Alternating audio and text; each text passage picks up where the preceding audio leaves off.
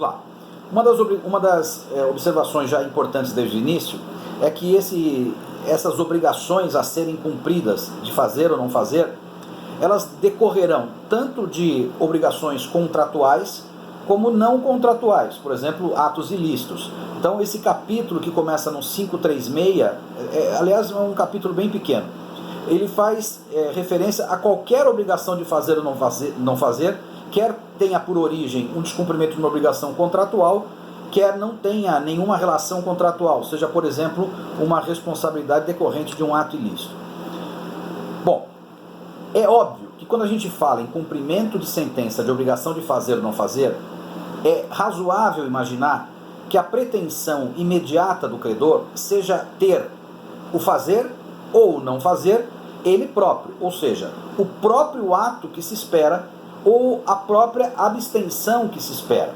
A ideia, portanto, é que nós tenhamos um procedimento, um incidente, que consiga dar ao credor aquilo que ele quer como sendo o fazer, ou aquilo que ele quer como sendo o não fazer. Portanto, é isso que a gente imagina. Acontece que é absolutamente possível e bastante normal que esse fazer se torne impossível ou não tenha-se mais interesse nele. Vamos lá, voltando.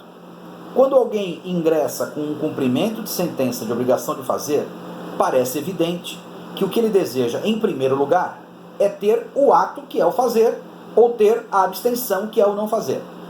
Quando a gente vai atrás desse tipo de tutela, o próprio fazer, portanto, se é retirar o nome, eu quero o retirar o nome.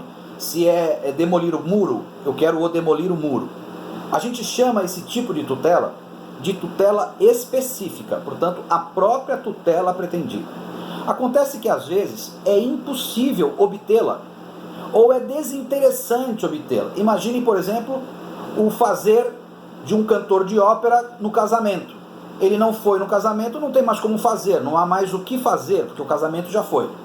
Ou, por exemplo, uma obrigação de não fazer.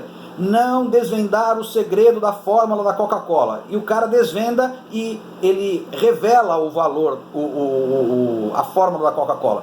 Não tem mais como desfazer o que já foi feito. Portanto, algumas situações, a gente vai ter um problema, porque a tutela específica, ou ela não vai ser mais possível, ou ela não vai ter mais interesse jurídico, interesse econômico, interesse moral.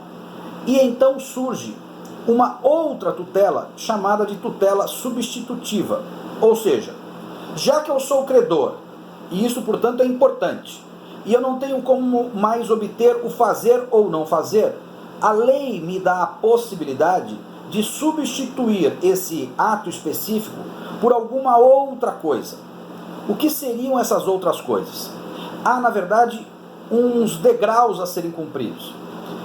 Quando há a inércia do devedor, quando intimado a cumprir o ato, portanto, quando dentro desse procedimento o devedor não cumpre o fazer ou não cumpre o não fazer, o próprio Código de Processo Civil, nesse capítulo de cumprimento de sentença, e sobretudo no 497, que é um artigo que ficou lá para trás, que trata das sentenças que condenam a obrigação de fazer, ele confere ao juiz uma atribuição maravilhosa. O juiz pode, ele próprio, determinar a prática de alguns atos executivos, como remoção de pessoas, busca e apreensão, lacração de imóvel, fechamento de empresa, demolição de coisas.